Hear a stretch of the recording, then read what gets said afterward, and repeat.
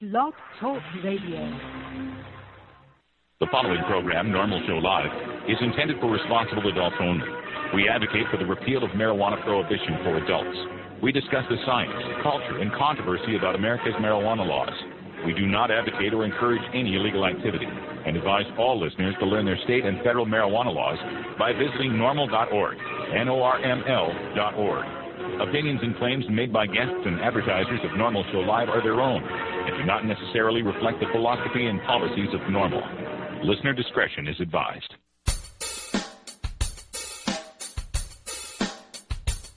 You take a seed, you plant it, you grow it, you dry it, you roll it, you smoke it. You take a seed, you plant it, you grow it, you dry it, you roll it, you smoke it, and it goes down smooth. Hey! Spanning the continent to bring you the truth about cannabis and marijuana law reform. I smoke pot and I like it a lot. From the promise of legalization. And I think we need to rethink and decriminalize our marijuana laws. To the agony of prohibition. One major responsibility is to encourage people to use less drugs. The National Organization for the Reform of Marijuana Laws presents NORML Show Live, Marijuana Nation. Now, here's your host, NORML's Outreach Coordinator, Radical Russ Belville.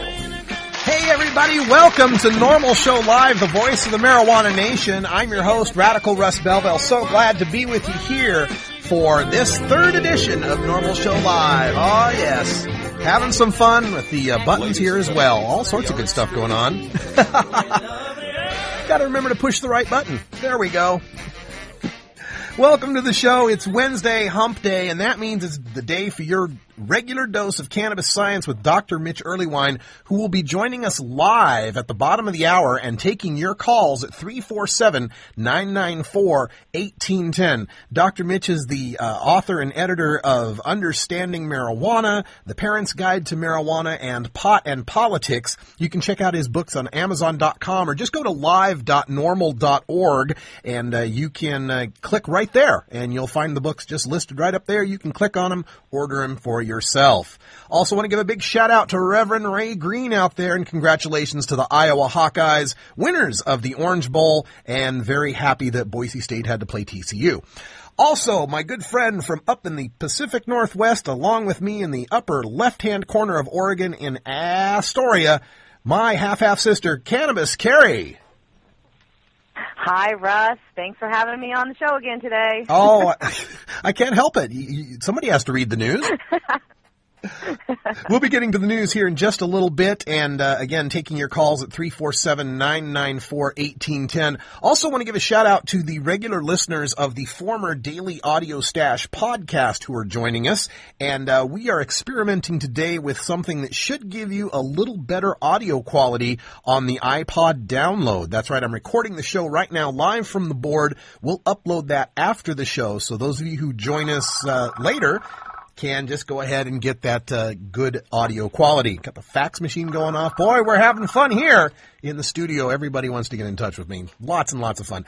Dr. Mitch will be coming up here, like I said, at the bottom of the hour. Also today, for our Daily Toker Tunes, it's Irie Wednesday, and we'll be hearing from Johnny Reeferseed from Johnny Reeferseed and the High Rollers. He's our Wednesday Music Stash editor, and he's bringing us some great reggae today from Maccabee. So that'll be coming up later on in the show. Also wanted to make a quick note of what's going on in the state of New Jersey. A big alert here that we're posting from NORML in New Jersey.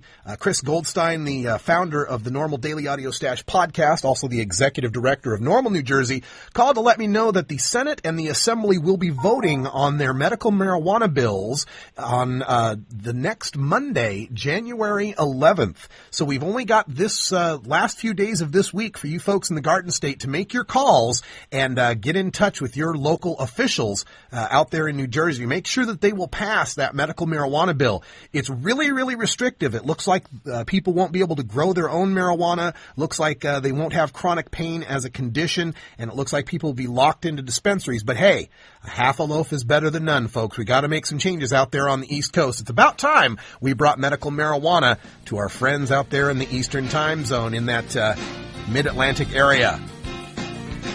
We're coming right back after this break. We got to pay some bills. Make sure that you patronize our sponsors to help support NORML Show Live. I'm Radical Russ. The news is next. You're listening to NORML Show Live, the voice of the marijuana nation.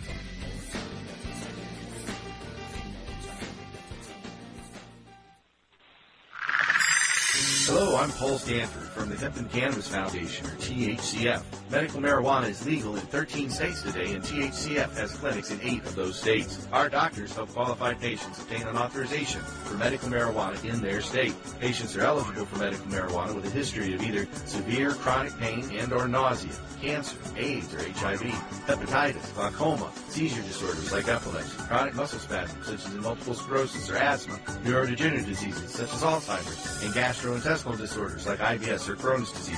If you or someone you know has one of these conditions, our doctors will help you obtain a permit for medical marijuana. THCF Medical Clinics has offices in Washington State, Oregon, California, Colorado, Hawaii, Nevada, Montana, and now Michigan. Call 1-800-723-0188 or go to the web at hemp.org or 1-800-723-0188.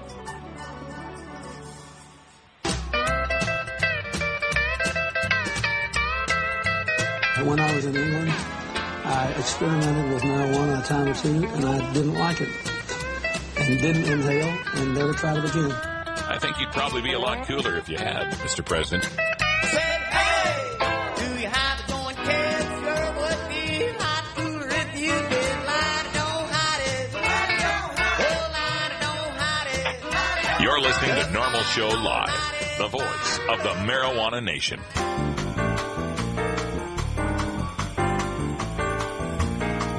Medical marijuana, industrial hemp, consumer cannabis. It's time for this week's NORML News with Cannabis Carrie.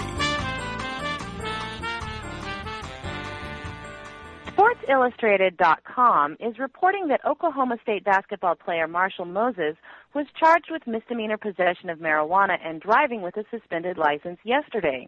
The starting forward was pulled over just after midnight early Tuesday morning for weaving and making an improper turn. The odor of cannabis led to a search that produced a small amount of marijuana and a pipe. His basketball coach, Travis Ford, picked up his player from jail and suspended him for the game last night between Oklahoma State and Coppin State. Ford defended his one-game suspension on the OSU Cowboys blog in response to an outcry that the punishment was too lenient. Moses is expected to play in Saturday's game against Texas Tech and is scheduled to appear in court on February 8th. Another case of a sports star getting popped with marijuana. Hey, Marshall Moses, just a couple of notes here from those of us who have a little bit of experience with this. Number one, if you have a suspended license, find someone else to give you a ride, man. Come on. It's Steinborn's law. Only break one law at a time. If you're going to be carrying weed, you got to drive like a square. You got to have license, insurance, registration. Your taillights got to work. You got to follow the speed limit. You got to stay in the lanes. You got to make signals when you turn, etc., etc., etc. Also, if you're going to be carrying your weed, don't carry it in the front of the car. Put it in the trunk. And those of you who are going to be taking weed with you, it's a lot safer if you just take the weed and don't bring a pipe with you. Carry papers, roll a joint, learn how to get your fingers dirty, roll one up. It's the best way to go. It's the safest way. It only looks like a cigarette. You can throw it away a whole lot easier. Come on, folks, be smart. Head out to stash.norml.org and look in our upper left-hand corner, up on our menu there, underneath the archives. You'll find how to deal with police and how to not get stopped. Those two very informative cartoons should give you some of the help you need in not getting caught.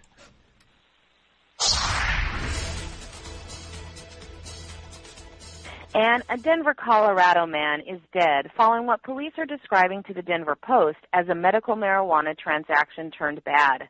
The victim, a 59-year-old Vietnam War veteran who liked to ride motorcycles until his health forced him to sell his bike, had obtained a medical marijuana patient's card from the state a few months ago.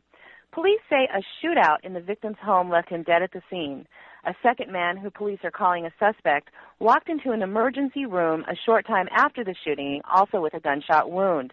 The suspect was still in the hospital late Tuesday night with non-life-threatening injuries, according to police spokesman Sonny Jackson. He declined to say why investigators believe medical marijuana was involved. Brian Vicente, executive director of Sensible Colorado, issued a statement saying the shooting shows how regulations are needed to bring medical marijuana transactions into the daylight and that a regulated marketplace protects the constitutional rights of patients and will allow sick individuals safe access to this medicine. Police have not released the name of the suspect or the victim. Russ? You know, it's more than just regulating the market for medical marijuana transactions, because as long as 95% of the people that use marijuana don't have a legal way to access it, there will always be these kind of tragic situations involving medical marijuana. Why are people getting shot? Why are there home invasion robberies? Because marijuana is worth its weight in palladium or gold or silver or whatever precious metal you want to pick. There's no reason people should get shot and killed and die over a plant. You don't see a whole lot of home invasion robberies for someone trying to steal a carton of cigarettes, do you?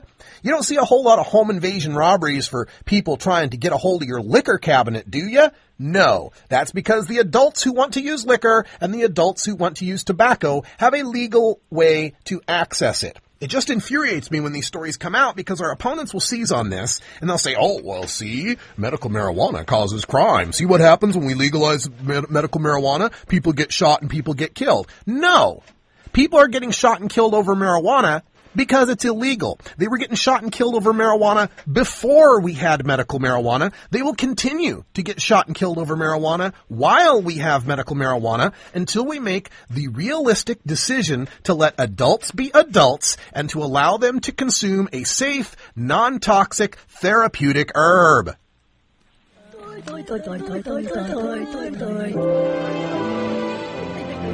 Stupid stoner stories.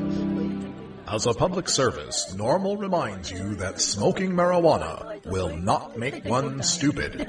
However, some stupid people do smoke marijuana. Don't be one of those stoners that make the rest of us look bad. Learn your lesson from today's Stupid stoner story. And yes, this is definitely one for your stupid stoner files, Russ. Acting on a citizen's tip, authorities in Marathon, Florida, found 6 large marijuana plants growing in a vacant lot. With nothing more to go on, the police left a ransom note offering to sell the pot back to its rightful owner. The note said, "Thanks for the grow. You want them back? Call for the price. We'll talk." The detectives left the note as a joke for the grower and never expected to hear from them, but it only took the offenders 10 minutes to make the call. Stephen Locascio negotiated to get his plants back for $200, and after meeting with an undercover officer and handing over the $200, he was promptly arrested. A search warrant was then issued for his nearby apartment, where officers found 20 smaller plants and 4 pounds of freshly harvested marijuana. Mr. Locasio's wife was also charged. Oh, boy. All right, so you're a grower, and you got yourself 6 plants growing out in a vacant lot. And you come back one day, and those plants are missing. Someone's ripped them off, but there's a note sitting there that says, hey, we got your plants. You want them back? It'll be $200. Think to yourself, oh, grower, who in the hell out there is not going to be able to sell the weed that you'd get off of 6 plants for a whole hell of a lot more than $200? Come on, guy. The idea this guy going back and calling the police to get his weed back. Look, man, you had 20 more plants at home. You got another crop coming up. Be patient, man. Don't make it so easy for the police. That's just, boy, that's the stupidest stoner story I've heard in 2010. We're only 6 days in, but that has to be definitely the stupidest one. It only comes twice a day, but I don't care. It's 4:20 somewhere. All right, it's time to check our NORML Cannabis Community Calendar, which you can find at NORML.com. normal.org/calendar. Coming up tomorrow, Thursday, January 7th, Philadelphia Normal is having their open meeting. Contact phillynormal.org for details. Kansas City Normal's at the concert with Damage Control and Primer 55. Check out kcnormal.org for details.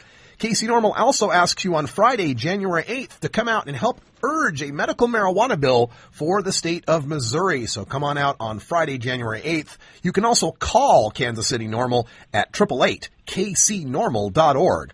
On Saturday, January 9th, Oregon Normal is having their bi-monthly cardholders meeting at the Village Ballroom, 700 Northeast Deacom in Portland, Oregon. You do need to be a medical marijuana card holder and a member of Oregon Normal to attend. For more details, check out ornorml.org.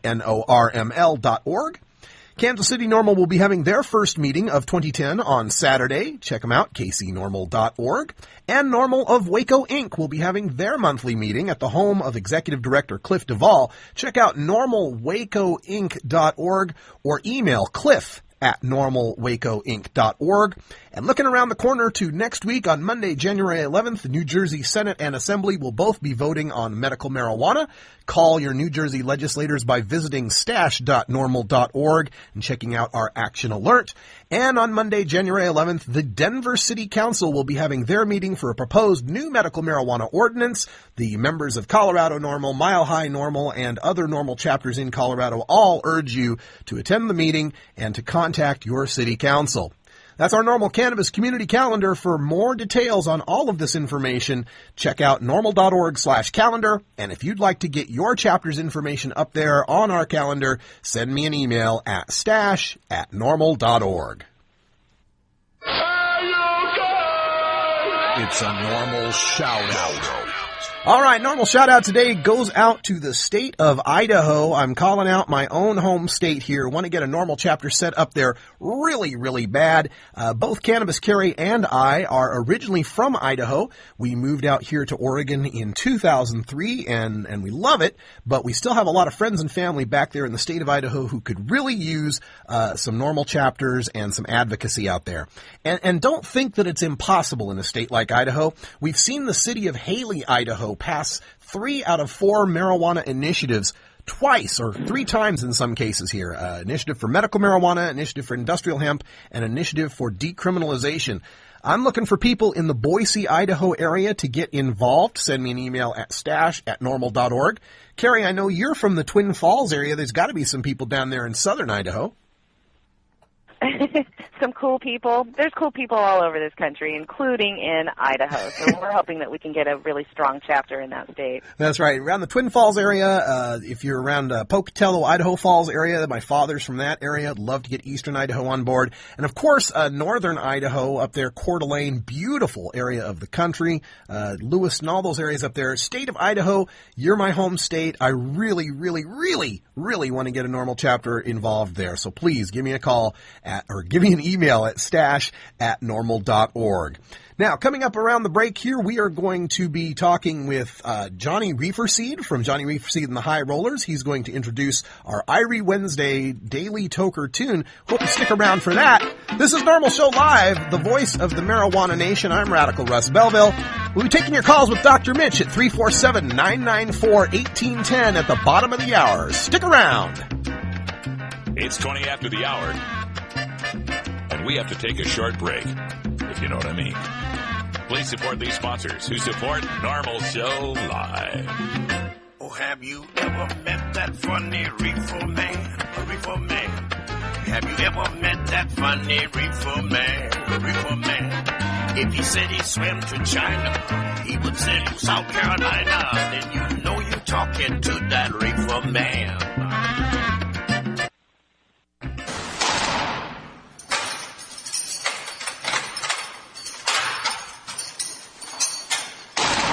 Law420.com.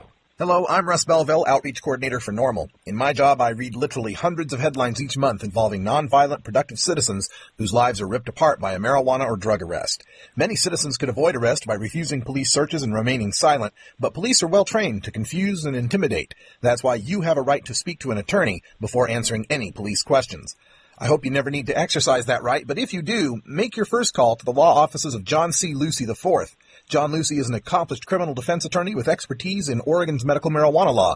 John Lucy understands and respects cannabis and drug consumers of all backgrounds. Call John C. Lucy IV at 503-227-6000 or visit in downtown Portland. Address available at law420.com. That's John C. Lucy IV at 503-227-6000 or visit law420.com today. Georgia. Hi, this is Willie Nelson, and I need your help. Our marijuana laws are terribly unfair, and they make criminals out of law-abiding citizens.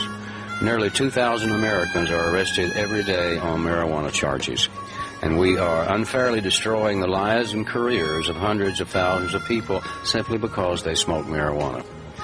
These are not criminals. They are average citizens like you, good neighbors who work hard, raise families, pay taxes, and contribute to their communities.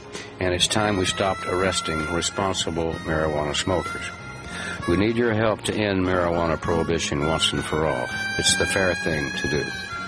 For more information, contact NORML, the National Organization for the Reform of Marijuana Laws. Call toll-free 888-67-NORML or visit their website at norml.org.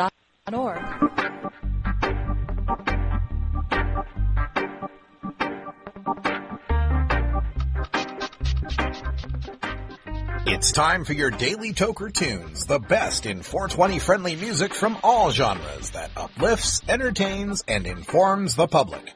Our PodSafe music is donated by freedom-loving musicians who support our goal of ending adult marijuana prohibition. Today we get tunes for Irie Wednesday, our celebration of that mellow vibe we find in the best of reggae, ska, calypso, and Latin music. Brought to you by Johnny Reeferseed and the High Rollers, America's favorite red-eyed soul rock and roll band, available now on iTunes and CD Baby. If you'd like to submit your song to be played on NORML Show Live, send it to us at stash@norml.org. Now, here's some great independent marijuana music for today's Daily Toker Tunes. All right, everybody, welcome back for our Daily Toker Tunes. We're joined from Iowa by Johnny Reeferseed. Johnny, welcome to the show. Hey, how you doing, Russ? I'm doing great. You're hanging out with the Rev out there in Iowa? Yeah, we're hanging here. Actually, this tune is one that he turned me on to. Well, tell us all about it. Okay, well, it's by a guy named Maccabee, who's a British-born reggae and artist, performer, and activist with a career spanning almost 30 years in the United Kingdom and Jamaica. He's known as the Teacher. Maccabee has gathered a strong worldwide following spanning many continents, and Maccabee is respected for always being true to his views and always speaking from the heart. They say he's a true man of the people. As a practicing Rastafarian, Maccabee's music is based around the political and spiritual message of the religion with an often light and humorous touch. He combines dancehall and dub styles of reggae, although he's avoided a more commercial crossover approach.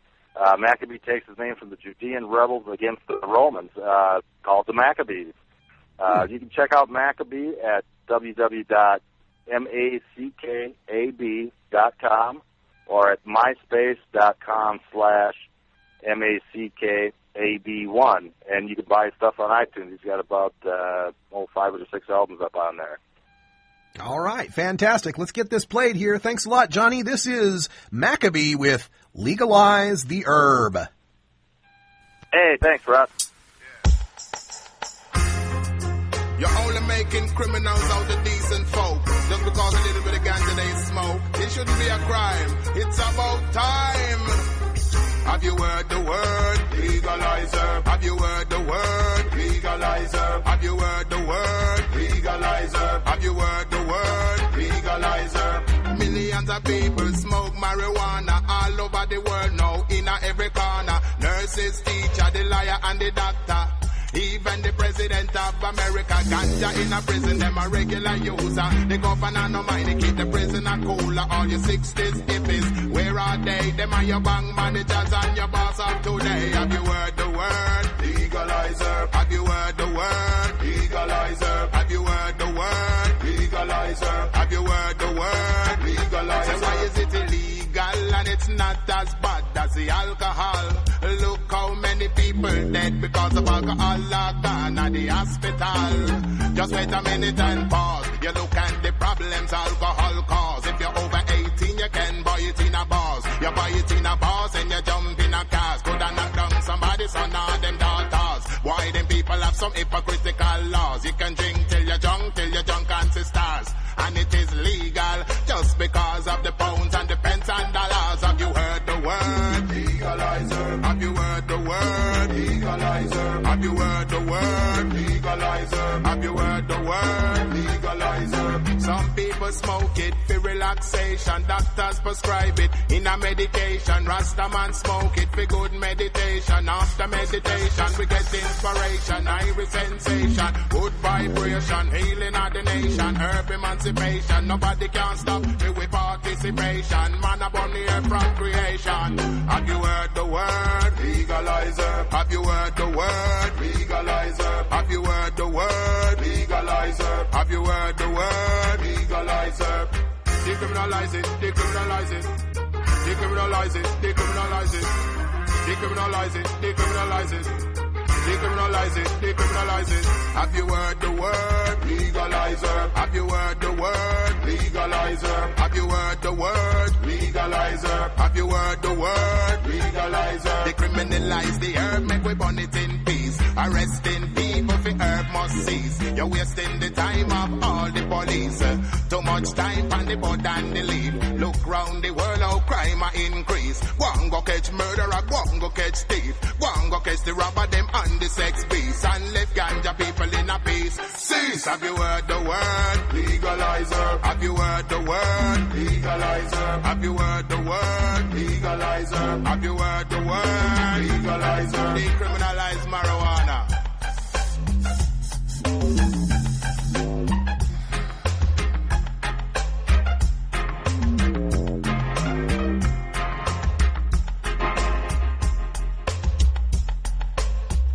Papa, uma mau mau. Wait a minute, that's the wrong word. I always thought the bird was the word. I don't know, I agree with the guys in the chat room. Legalize is a much better word. That's Maccabee with Legalize the Herb. Glad to have that tune. Thanks a lot, Johnny Reefer Seed, for bringing that to us. Coming up next, Dr. Mitch Early Wine and your dose of cannabis science. Make sure to give us a call at 347-994-1810. You can ask your questions about cannabis science, health, culture, history, myths. He knows it all. Give us a call. We'll be right back after this. Have you considered medical marijuana? Double-blind, peer-reviewed studies have found cannabinoid therapies to be successful in treating the symptoms of Alzheimer's disease, ALS or Lou Gehrig's disease, brain cancers, chronic pain, diabetes mellitus, dystonia, fibromyalgia, GI disorders, hepatitis C, HIV/AIDS, hypertension, incontinence, MRSA, multiple sclerosis, osteoporosis, pruritus, rheumatoid arthritis, sleep apnea, and Tourette's syndrome, as well as anecdotal evidence suggesting relief from anxiety, depression, and post-traumatic stress, plus reduction in the need for narcotic painkillers. Side effects of medical marijuana can include euphoria, relaxation, anxiety, panic reactions, paranoia, tachycardia, dry eyes, dry mouth, concentration and reaction time impairment, appetite increase, and in 37 states, arrest and incarceration. But medical marijuana is non-toxic and cannot cause overdose. Medical marijuana. It's not for everyone, but ask your doctor if medical marijuana may be right for you. Starfish Designs, makers of the original Gandalf.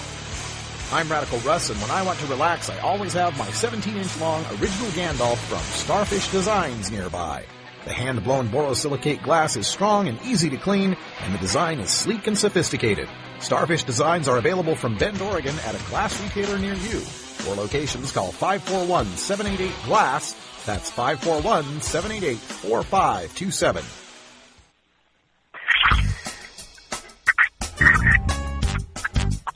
It's time for Normal Show Live's Cannabis Science with Dr. Mitch Earlywine. Dr. Earlywine is an associate professor of psychology at the State University of New York at Albany. Now, open wide and say, ah. Here's your dose of cannabis science. All right, glad to have Dr. Mitch Earlywine joining us from the state of New York. Dr. Mitch, how you doing? I'm having a wonderful day, and thanks for having me on the show. Oh, we're glad to have you here live. The questions are already building up. The folks are really excited to be able to talk to you directly here. First, from the chat room, we had a question here about hemp seeds. They're just asking about the benefit of hemp seeds for health and oils and lotions for the skin. Are they magic? Well, it's a wonderful question, and in fact, they're not magic, they're science. Hemp seeds themselves as an edible, just a wonderful thing. They make a wonderful snack. You can toast them up. They don't have any THC. They're not psychoactive, but they are high in some essential fatty acids. They have some trace minerals that are hard to get from other foods, like chromium and things like that. And they're a good percentage of a relatively complete protein. You grind them up and make a meal. They make wonderful pretzels. I really recommend it.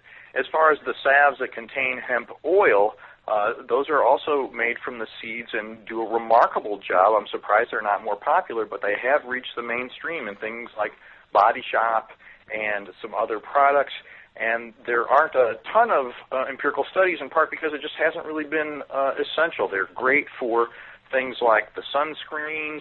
Right now, I know folks are careful about washing their hands a lot to avoid illness, and believe me, they'll be a nice addition to keeping your hands from getting so dry they're cracked and driving you crazy.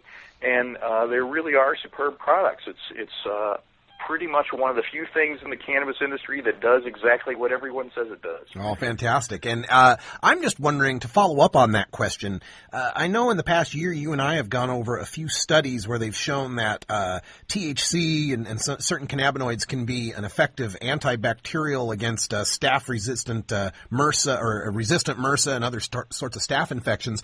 Would the hemp seed oil in these lotions and stuff have any of those properties, or are we talking about something completely different? Unfortunately, they don't, because by law they can't contain THC. Oh, right, so that's a real drawback. In fact, that goes all the way back to Shenang's legendary stuff from 2800 BC. I mean, we've known this for literally thousands of years, and yet people can't get it even as a topical solution. Now, you can imagine only an idiot would try to smoke, hand cream, even if it did have THC in it, but it does have the potential to be really superb. There are certain microbes and some really nasty things related to ear infection that these could probably work well on, but we're just not going to have that opportunity, at least not in the immediate future. All right. We're speaking with Dr. Mitch Earlywine, leading drug and alcohol researcher at SUNY Albany and author of The Parent's Guide to Marijuana, Pop Politics, and editor of Understanding Marijuana, or did I get that backwards?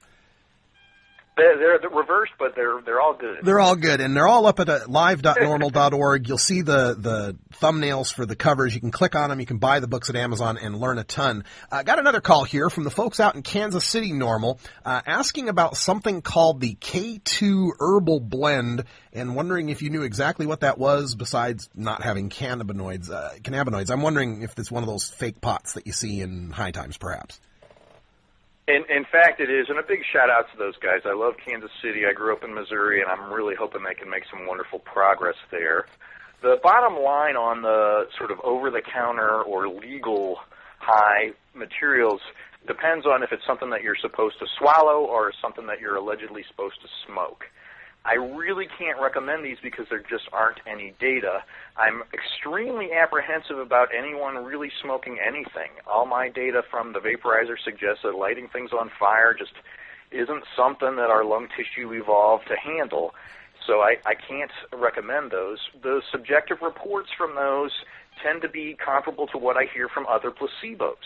So people say, oh, yeah, it was great, but I really had to hold my hits a long time. Well, if you really had to hold your hits a long time, odds are high you would have done fine just holding air and holding that a long time.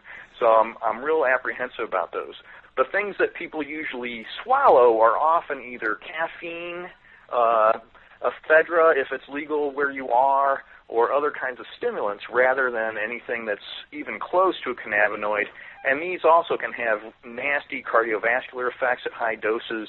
Few people seem to follow the directions on the side and keep their doses down, and it's just an invitation to problems that seem kind of sad given that this is in many ways sort of prohibition produced. It almost seems like all the fake pot is probably worse for you than the real thing. I mean, I can't say universally, but at least on the surface, it sure seems that way. Okay.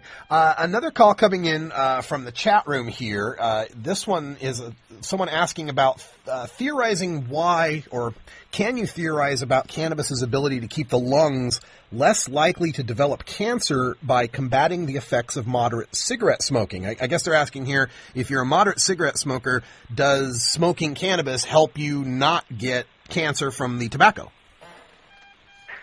This is one of those things that's going to get me nailed to the cross on the cover of People magazine. When you look at Don Tashkin's data, you do find that, literally a couple decades ago, he was seeing some of the initial changes in lung function and in lung tissue that were suggesting, oh my God, cannabis is going to produce lung cancer. A decade later, nobody seemed to have it, and in fact, when you looked close at the stats, they were actually at a little bit lower risk than their pals who were smoking cigarettes, certainly, and even some folks who were not smoking at all. And those who were smoking both, they ran into some other problems, but it got a little bit hairy. There's a wonderful free article by Bob Malamud at Harm Reduction Journal walking through why this might be so, but we're not at the human stage where I can honestly say, oh yeah, this is surely going to happen. Bob's writing is incredibly clear, but the process is kind of complicated. But the bottom line is nicotine definitely enhances tumor growth. THC definitely decreases tumor growth. And if you walk through, that's certainly the case. Nevertheless, if folks are smoking cigarettes, I can't encourage you strongly enough. This is not a drug for human consumption. These are by far the most lethal things. Nicotine is so toxic now, we're using it in certain pesticides. This is just a bad drug. And the combination of cannabis and tobacco may not be so bad as far as lung cancer is concerned, but there are other respiratory problems where it can really be a drag, in particular emphysema. So you may not be having a lung removed because of cancer, but your ability to actually take a nice deep breath and go for a run may be impaired because of some problems with the way tar is deposited on the lungs and the way inhaling tobacco sort of kills the little cilia inside there that are supposed to be so great for throwing out nasty things that shouldn't be in your lungs in the first place. Okay. And that would lead me to a story that I had published up on the Stash blog in our Reefer Madness category. This was a story that resurfaced. I think the study was an old one, and I use air quotes for the word study.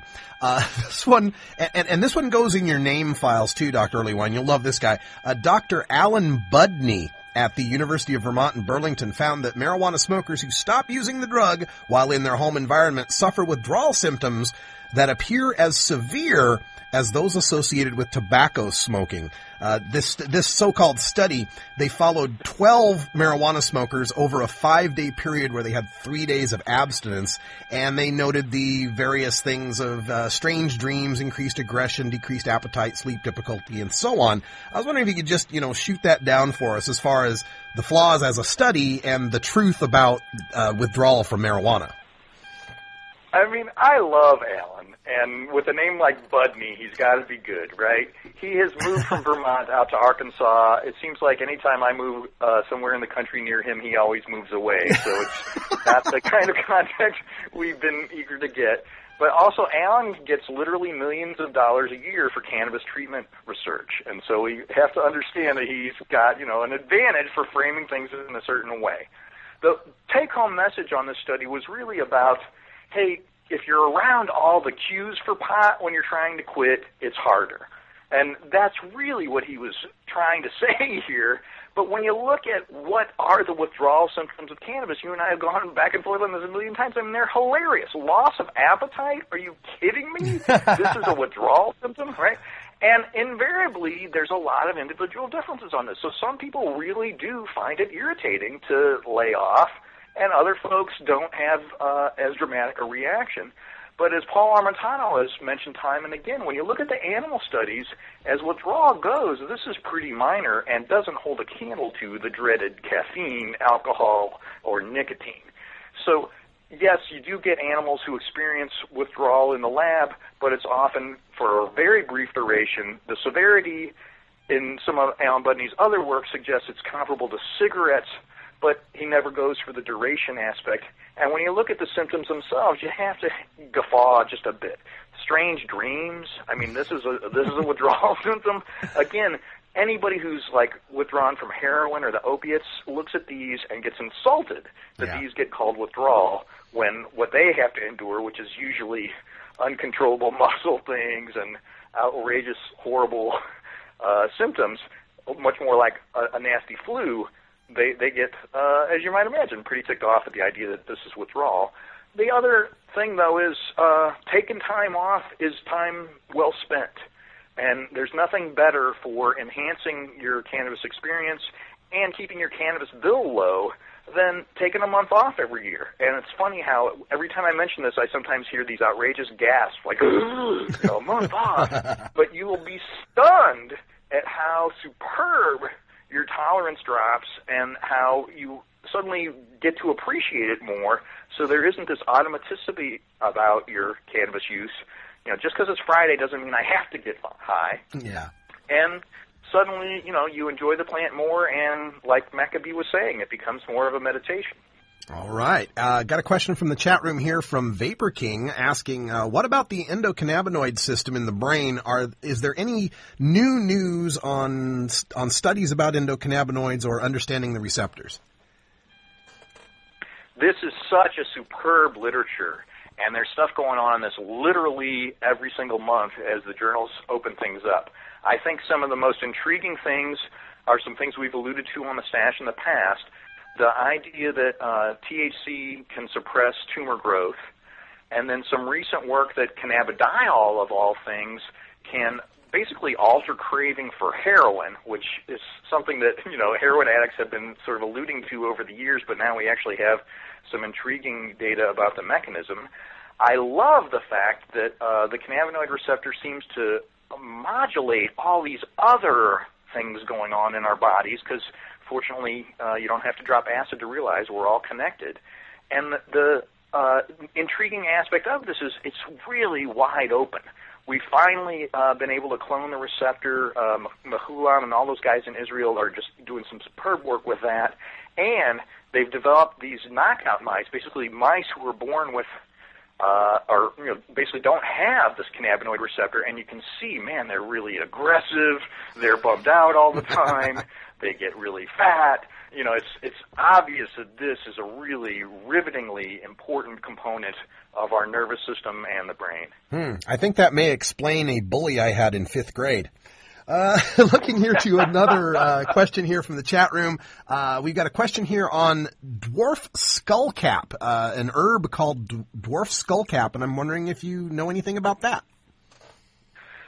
This is another one that allegedly has some either mild hallucinogen or at least sort of thought disorder properties, and we just don't have the data on what are its long-term effects. Some folks are smoking it. All the things I said about smoking earlier I think really apply here. We just don't know what this would do to lung tissue. Folks who are eating it are at least, we're getting, you know, a few every year in the emergency rooms across the country of weird toxic reactions that we just don't quite understand.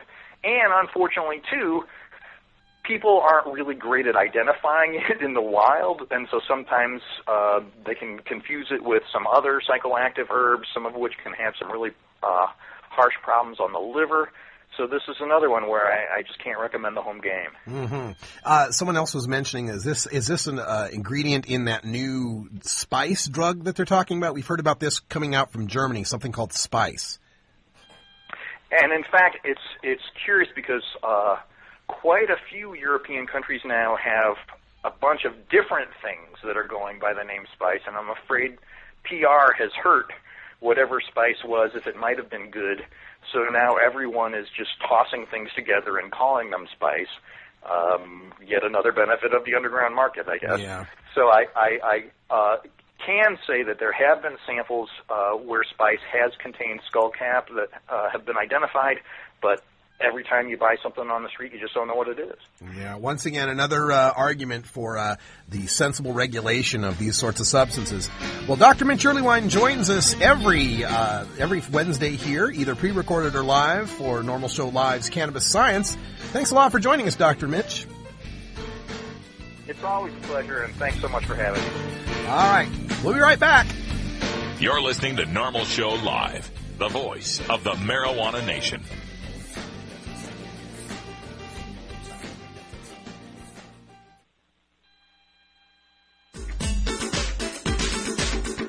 It's tough talking to kids about marijuana, especially if you might be a parent who dabbled a time or two in your youth. So to help you out, get your copy of Dr. Mitch Earlywine's latest book, A Parent's Guide to Marijuana. Dr. Earlywine is an associate professor of psychology at the State University of New York at Albany and an expert on the studies concerning marijuana, its effect on health and society, and the methodology behind the statistics. He is a frequent guest here on our daily audio stash. Dr. Earlywine lays it all out without the propaganda and scare tactics that parents know won't work with teenagers. He presents a rational understanding of cannabis, what it is and what it isn't, and why kids shouldn't be using marijuana. You can order today through Amazon.com or check our links at our blog, stash.normal.org. Join the conversation now. Call Normal Show Live, 347-994-1810. That's 1-347-994-1810. We're taking your calls now.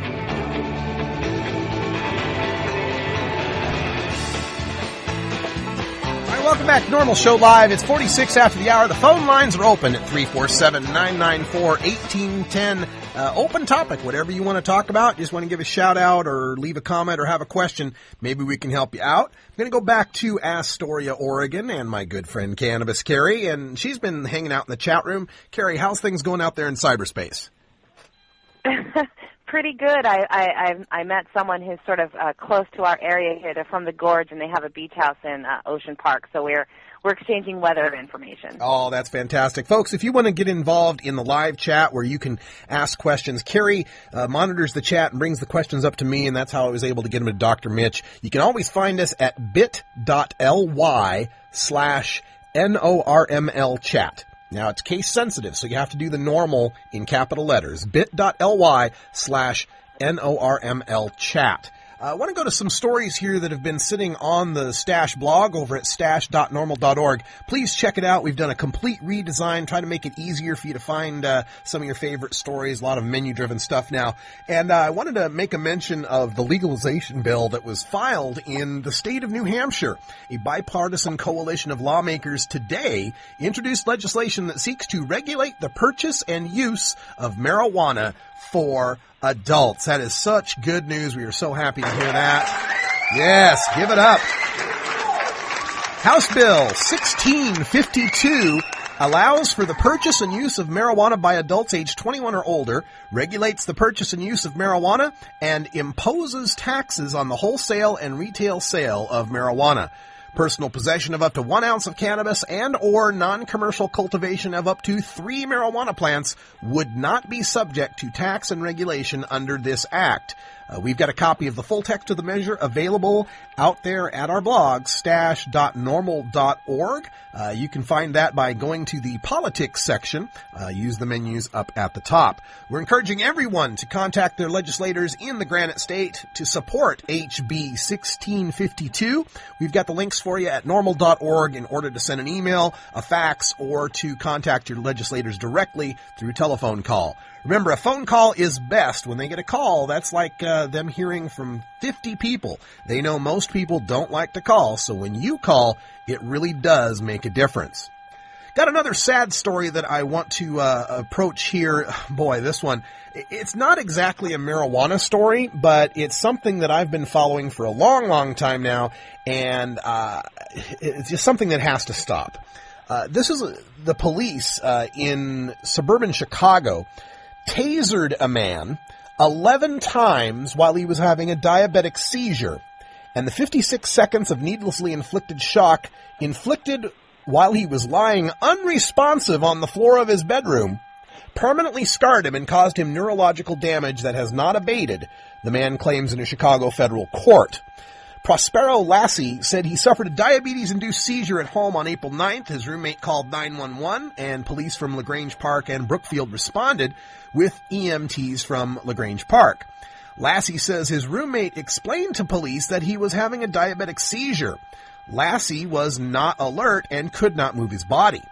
When EMTs asked the cops to help them move Lassie from where he was lying on the floor, Lassie says one of his arms flailed during his diabetic-induced seizure, striking one of the LaGrange and Brookfield police officers.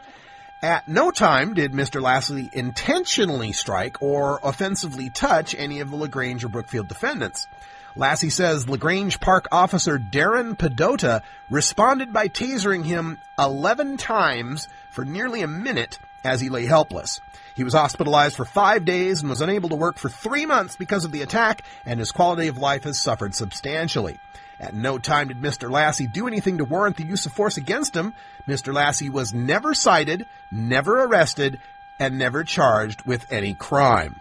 Now, the man was not a medical marijuana patient, but, he could very well have been. I know a lot of medical patients that are using marijuana for their diabetic neuropathy, that terrible nerve pain that they get from diabetes that responds so well to cannabis and not so well to all the traditional NSAIDs, anti-inflammatories, painkillers, and opioids. So this poor Prospero Lassie, flailing around on the ground in the midst of a seizure, on top of that, gets tased 11 times with all these thousands of volts of electricity going through his body. I've said it once, I'll say it again.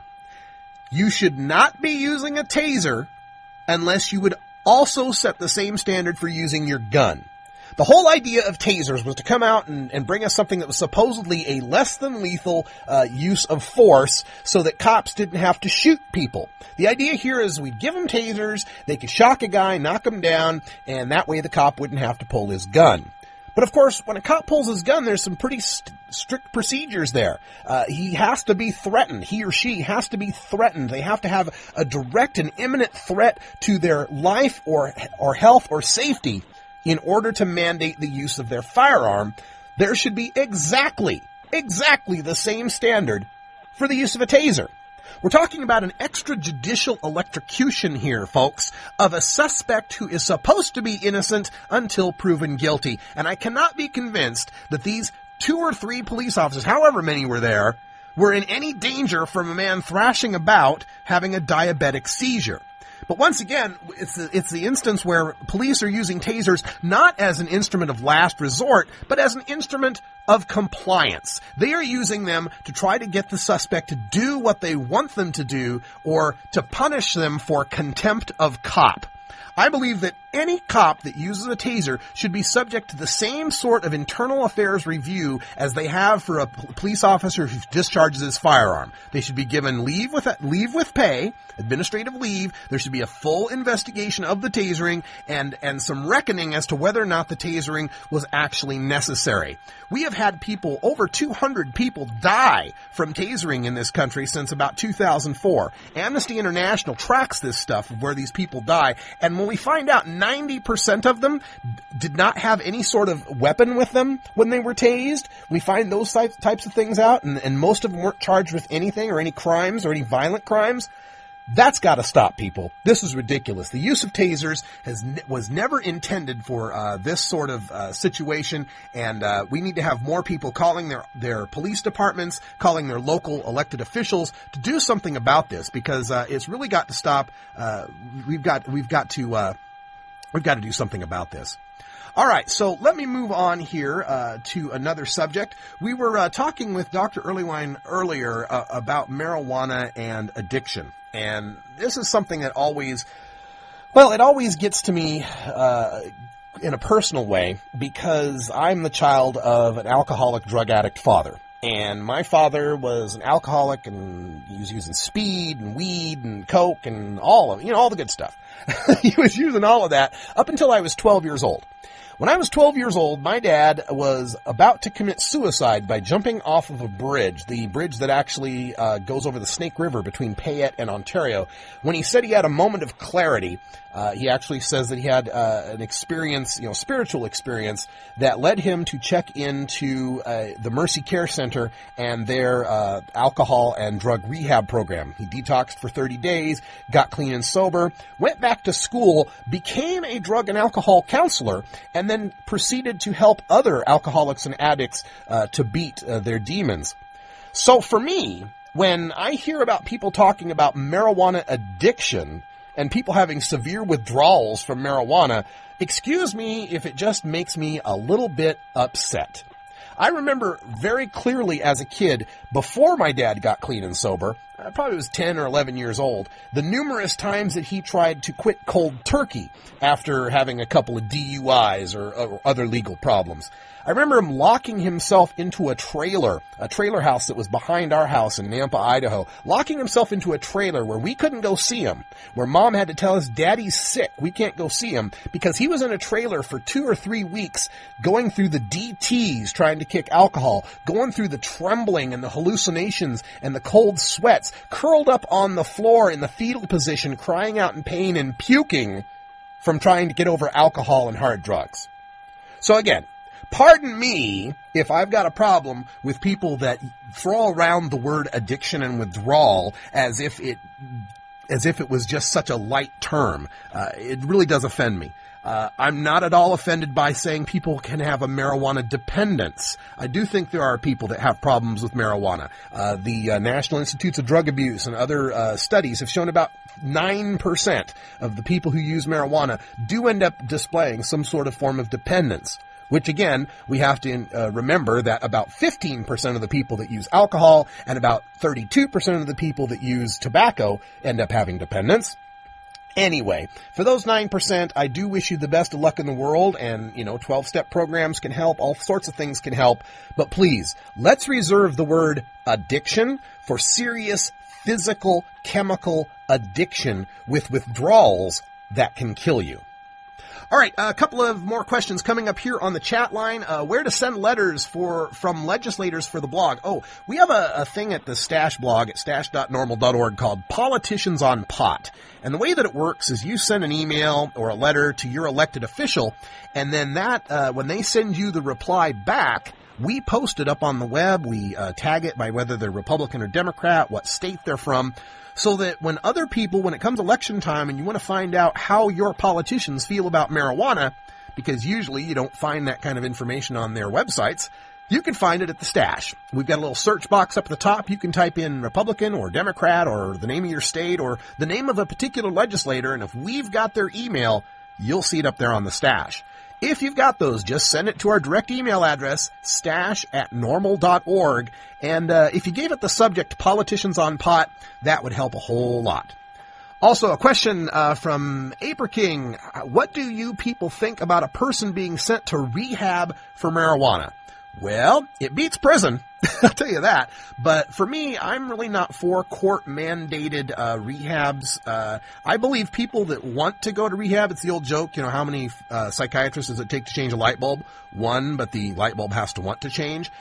I kind of believe in that. I believe that we should let rehab be for people that want to go to rehab and not force them to go to rehab. They're taking up beds that people that want rehab could be using. And for marijuana, no, I definitely can't see that as an appropriate punishment for marijuana. We find that 34% actually, of the people that are sentenced to rehab haven't even used marijuana in the month prior to going to rehab. So much for that really heavy-duty addiction. 58% of the people that are in rehab for marijuana were forced there by the criminal justice system, by the courts, by being arrested for having marijuana. I'm sorry, being in possession of marijuana and using it responsibly does not make you a criminal and does not make you an irresponsible person. So that's my answer for that. Hope you all join us for the upcoming episodes of Normal Show Live. We've got every weekday we will be here, 1 o'clock Pacific, 4 o'clock Eastern Time. Boy, the time sure flies when you're having fun. Coming up tomorrow, we've got a special announcement from NORML. about the NORML Women's Alliance. Sabrina Fendrick will be joining us from Washington, D.C. to talk about this new outreach project from NORML to reach out to mothers, daughters, grandmothers, and wives. We want you involved in ending marijuana law reform. Women were instrumental in ending prohibition. That's all for me. I'm Radical Russ. Take care of each other, tokers.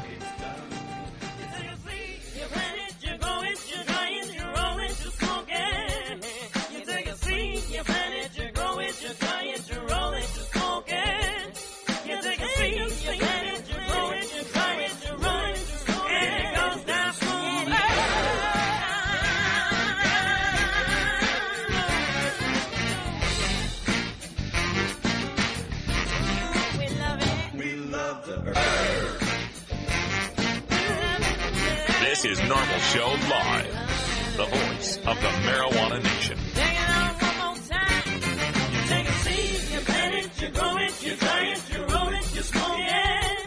You take a seed, 10 you seconds. You grow it, you try it, you roll it, you smoke it. You take a seed, you plant it, you grow it, you try it, you roll it, you smoke it, and it goes down smooth. All right, that's the end of NORML Show Live. You're welcome to the NORML Show Live after the show. We're just like Oprah here. We go for a few minutes after the show, and we can get to some of the stuff that we weren't able to get to during the show. Cannabis Carrie is back here for after the show. Hi, Carrie. Hi, Russ. A little bit better than yesterday. I wonder if President Obama's speech kicked us off towards the end of the show yesterday. I wonder if that was it. Yeah, we were on the air. You know, 20 million people all on the same server going, well, I got to hear it. Maybe News so. feeds going out everywhere. Yeah, that could have been You know, it for people sure. in the chat room are so excited about Dr. Mitch. You know, he never gets old. We have him on every single week. And people still just love to hear everything that he says. He's just like a little encyclopedia. What a great asset to the Wednesday show. Yeah, definitely. And I forgot to mention during the show, and bad host, I forgot to mention the email address for him, folks. If you're still listening and you want to send an email to Dr. Mitch, it's 420research@gmail.com. And that goes straight to him, and then we bring those questions up a lot of times on the show. Man, I bet he gets a lot of emails. I'll bet Maybe he just does. as many as you do. I know, and I love the name Dr. Earlywine as a drug and alcohol researcher. You know, we joke about Right. that. You know, Dr. and they had that study from Dr. Budney, you know, the marijuana study I know, I from was Dr. going to say, it Budney. was fun listening to go after Dr. Bud. Yeah, and he told me that he knows of other researchers, a researcher named Charles Blow who researched cocaine. I don't know if it was Charles. It was Dr. Blow. Dr. Blow, who had researched cocaine. There was a Dr. Fried who did some research on LSD. Dr. Blow, I think I met him once in the 80s. Nice guy. Yeah, he had that skinny. A little uptight. He had the skinny tie, the checkered shoes. You remember him? Yeah, That's right. Dr. Dr. Blow. He's a little uptight. Always wore his sunglasses at night. Yeah. Dr. Fried with the LSD research, and there was his research assistant is a woman named Sarah Smoker. Oh, perfect. So, yeah. That's great. It's one of those- I've never met anybody with the last name Smoker. I wonder what nationality that is. I don't know. I went to school with a girl named Susie Stoner. Oh, yeah. You know, Jim Stoner from Boise. Oh, that's He's right, a big media guy down there in Boise now. Yeah, Jim Stoner. All right. Well, Do you remember that? Do you remember that name? Yeah. I think he works at one of the news stations down or something. That's right. That's very right. It's funny, too, how so many of the Boise newscasters ended up in Portland, too. There's a few of them. Yeah. That's a pretty reasonable jump.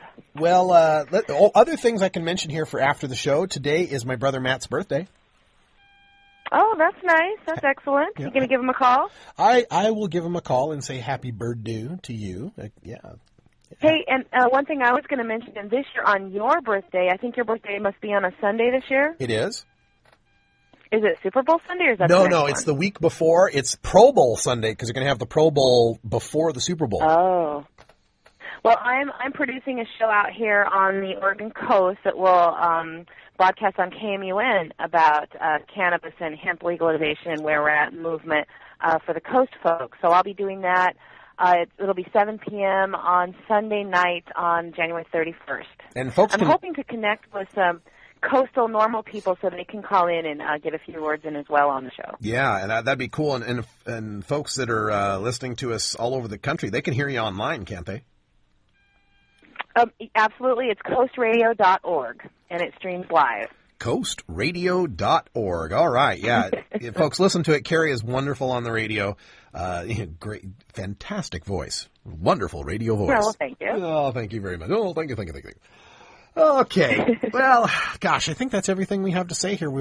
I'm trying to make it 5 minutes long, though, for this after the show, so we still have 45 seconds. So I guess I can 45 seconds. I can do this. Yeah, that's good. All right. Hey, thanks, everybody, for listening to Normal Live after the show. We got to come up with a theme for it, an actual tune for after the show. Well, we'll work on it. We're only 3 days in. So. Only 3 days in, that's right. Okay, folks, and this also is the recorded podcast. I've got it recorded on Audacity here. It looks like it's recorded pretty well. There was did you hear a high-pitched whine during the last segment by any chance?